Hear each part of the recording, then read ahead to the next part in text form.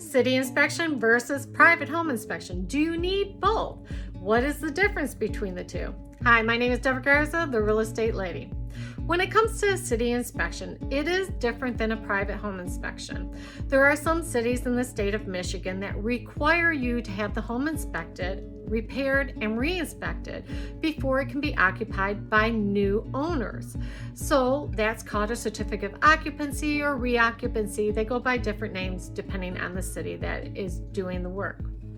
Now, when it comes to this inspection, the cities use what's called an International Property Maintenance Code adopted by the state of Michigan. Now, their inspections can take anywhere from 15 minutes to an hour. They actually may send out licensed trades, plumbing, electrical to do the inspections. Your private home inspection is different in a few different ways.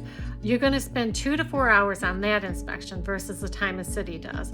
They do look for some of the same things, life safety items, but with the city inspection, they're required to repair those prior to occupying the home.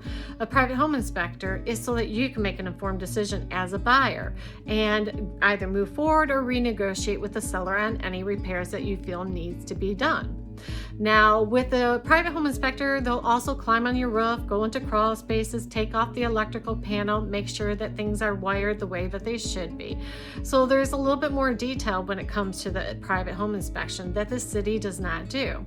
And that's what you're paying for. You want to make sure that you understand the condition of that home in great detail.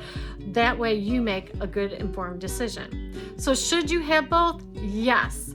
It is important that you make sure that you know the condition of your home and know the city that you're buying your home in. It doesn't require a certificate of occupancy prior to buying a home. Those are items that we want to make sure that are taken care of for you, and your realtor should help you through that process. This is Deborah Garza, the real estate lady. Have a great day.